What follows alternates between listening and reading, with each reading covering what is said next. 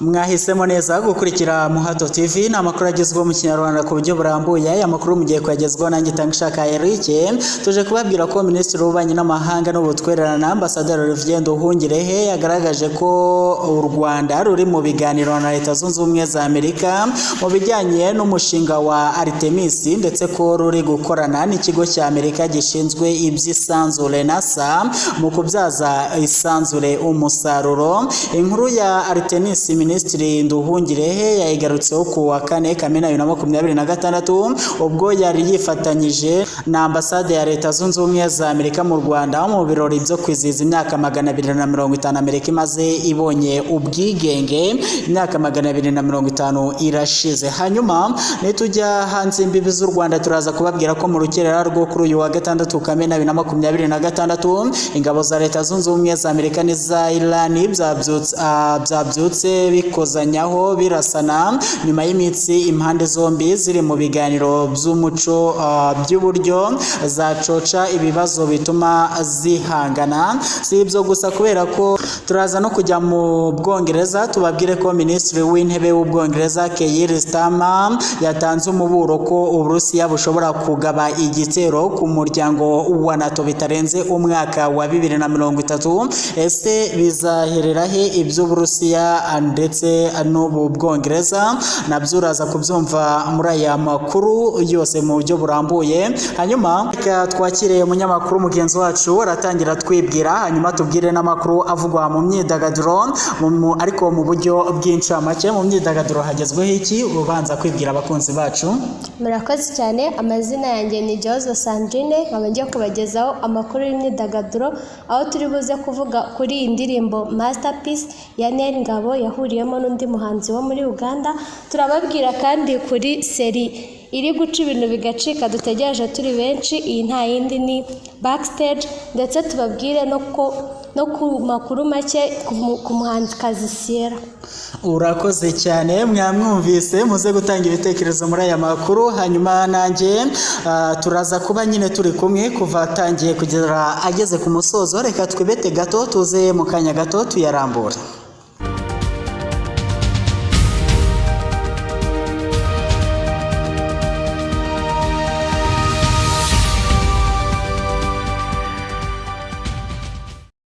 Twongeye kubaha ikaze. Minisitiri w'Ububanyi n'Amahanga n'Ubutwererane Ambassadeur Olivier Nduhungirehe yagaragaje ko u Rwanda ruri mu biganiro na Leta Zunze Ubumwe za Amerika mu bijyanye n'umushinga wa Artemis, ndetse ko ruri gukorana n'ikigo cya Amerika gishinzwe iby'isanzure NASA mu kubyaza isanzure umusaruro. Inkuru ya Artemis Minisitiri Nduhungirehe yayigarutseho kuri uyu wa 4 Kamena 2026 ubwo yari yifatanyije na ambasade ya Leta Zunze Ubumwe za Amerika mu Rwanda mu birori byo kwizihiza imyaka 250 Amerika imaze ibonye ubwigenge. Minisitiri Nduhungirehe yashimiye Amerika agaragaza ko u Rwanda rwishimira ubufatanye buri hagati y'impande zombi. Yavuze ko isabukuru y'imyaka 250 Amerika imaze igaragaza urugendo rw'iterambere rwayo n'uruhare yagize mu guteza imbere isi mu nzego zitandukanye nko guhanga ibishya, ubufatanye mpuzamahanga, iterambere mu bijyanye na siyansi, siporo, ubushakashatsi, umuco, isanzure ndetse n'ibindi. Ni urugendo u Rwanda rwungukiyemo binyuze mu bufatanye bw'ibihugu byombi, by'umwihariko imyaka 10 ishize yibaga hebuzo mu iterambere ry'ubufatanye bushingiye ku nyungu ibihugu byombi bihuriyeho mu nzego zitandukanye zirimo n'ubumenyi bw'ikirere. Akomoza kuri Artemis Accord. Naho mu rukerera rwo kuri uyu wa 6 Kamena 2026 ingabo za Leta Zunze Ubumwe za Amerika n'iza Iran zabyose zirasana nyuma y'iminsi impande zombi ziri mu biganiro by'uburyo zacoca ibibazo bituma zihangana. Igisirikare cya Amerika cyatangaje ko abasirikare bacyo bakorera mu burasirazuba bwo hagati bahanuye drone enye za Iran zoherejwe ku muhora wa Hormuz kuko zashoboraga guhungabanya umutekano w'ubwato bw'ubwikorezi bunyuramo. Cyatangaje kandi ko mu rukerera abasirikare bacyo banarashe site ya radari za Irani ziri muri Goroki no ku kirwa cya Oweshimu mu rwego rwo gukumira ibindi bitero, kandi ko aba basirikare bari maso kugira ngo basubize mu gihe baterwa. Bidatinze ingabo za Irani nazo zahise zirasa misile nyinshi ku birindiro by'ingabo za Amerika zirwanira mu kirere biri muri Kuwait n'izirwanira mu mazi muri Bahrain. Igisirikare cya Amerika cyatangaje ko cyapfubije misile 6 za Irani, iya karindwi ntiyagera aho yagombaga kugera, kandi ko nta musirikare n'umwe wapfuye cyangwa ngo akomerekereye muri ibi bitero.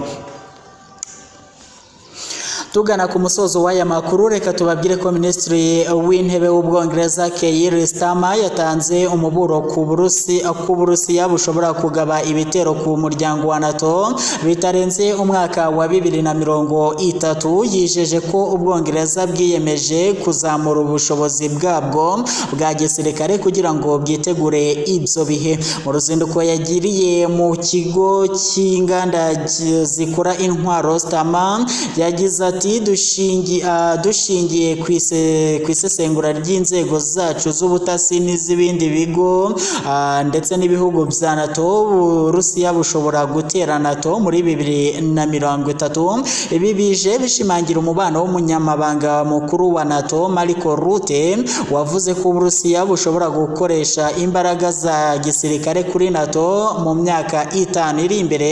Ubwongereza bwiyemeje kongera ishoramari rya gisirikare nyuma y'uko ubushobozi bwabwo bugabanutse. Naho Minisitiri w'Intebe yatangaje ko gahunda y'ishoramari mu bikorwa bya gisirikare izashyirwa ahagaragara mbere y'inama ya NATO muri Nyakanga uyu mwaka. Munyemerere twakire mugenzi wacu mu makuru ari kuvugwa mu myidagaduro. Komerezo, wari umaze kutubwira ibivugwa mu myidagaduro byinshi, utubwira ko uratuzengurutsa, ngaho tuzengurutse mu myidagaduro utubwire bigezweho. Murakoze cyane Maneti. Reka amakuru yacu mu myidagaduro tuyahere hano iwacu mu Rwanda, duhera kuri iyi ndirimbo ya Neri Ngabo. Ni indirimbo yasohotse ku munsi w'ejo, ubwo ni ku itariki 5 z'ukwezi kwa gatandatu. Iyi ndirimbo rero yiswe Masterpiece. Ni indirimbo Neri Ngabo yahuriyemo n'umuhanzi wo mu gihugu cya Uganda, uyu nta wundi yitwa Elia Kitaka. Iyi ndirimbo rero ni indirimbo aba bahanzi uko bayihuriyemo ari babiri bitezeho byinshi, harimo kuzamura amazina yabo yaba mu gihugu cy'u Rwanda ndetse no muri Uganda ndetse n'ahandi hose ku isi. Twihuse cyane rero reka tujye kuri iyi seri. Iyi ni seri nyarwanda yiswe Backstage. Iyi seri rero biteganyijwe ko iratangira guca kuri Zacu TV ku itariki 8 z'ukwezi kwa gatandatu, ubwo ni ku munsi wo kuwa mbere. Abakunzi rero ba seri nyarwanda ntimuteze gucikwa kuko biteganyijwe ko izajya icaho ku isaha ya 9.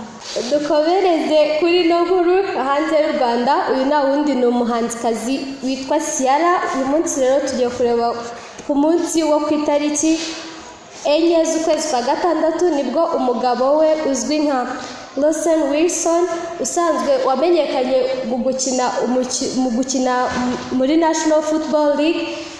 Kuri uwo munsi nibwo yatangaje aciye ku mbuga ze nkoranyambaga ko asezeye uyu mukino, aho agiye gukomeza gukora umwuga w'itangazamakuru ku kinyamakuru bise CBC. Ahangaha azaba akora ari umusesenguzi. Umugore we rero Ciara akimara kubibona nibwo yaciye ku rubuga rwe arandika ati umwiza kurusha abandi ku isi hose hari umwe gusa, nimero 3 mpora ntewushema nawe, ni umugisha wa nyawo gukomereza muri uru rugendo rushya, icyitegererezo cyanjye kirenze ibindi, ndagukunda cyane. Ubwo rero uyu mugabo nk'uko mubyumvise muri ubu butumwa bwa Ciara yambaraga nimero 3, akaba afite imyaka 37 y'amavuko. Reka dusoreze kuri iyi nkuru ivuga ku gitaramo giteganyijwe kuzabera muri BK Arena. Iki gitaramo biteganyijwe ko kizahuriramo umuhanzi wamenyekanye mu njyana ya reggae ariwe Al Campbell, azahuriramo n'itsinda rikunzwe cyane mu gihugu cy'Ubwongereza, iri nta rindi ni UB40. Iki gitaramo biteganyijwe ko kizaba ku itariki ya 9 Kamena, ubwo ni ku munsi wo kuwa kabiri. Rero iri tsinda ryateguye iki gitaramo mu rwego rwo kumenyekanisha album yabo yitwa The Big Love, aho kigenda kizenguruka ibice bitandukanye by'isi. Ubwo rero ku itariki ya 9 abanyarwanda nitwe gitahiwe. Urakoze cyane. Hanyuma mbere y'uko dusoza ngahibutse abadukurikiye cyangwa se abakunzi ba Moto TV amazina yawe ubundi twisoreze. Amazina yanjye ni Igihozo Sandrine. Igihozo Sandrine, urakoze cyane kubana natwe muri aya makuru. Murakoze cyane Eric Manete. Arakoze cyane Igihozo Sandrine. Tuzajya dukomeza kubana mu makuru agiye atandukanye y'imyidagaduro, muzajya mukomeza kugenda mwumva.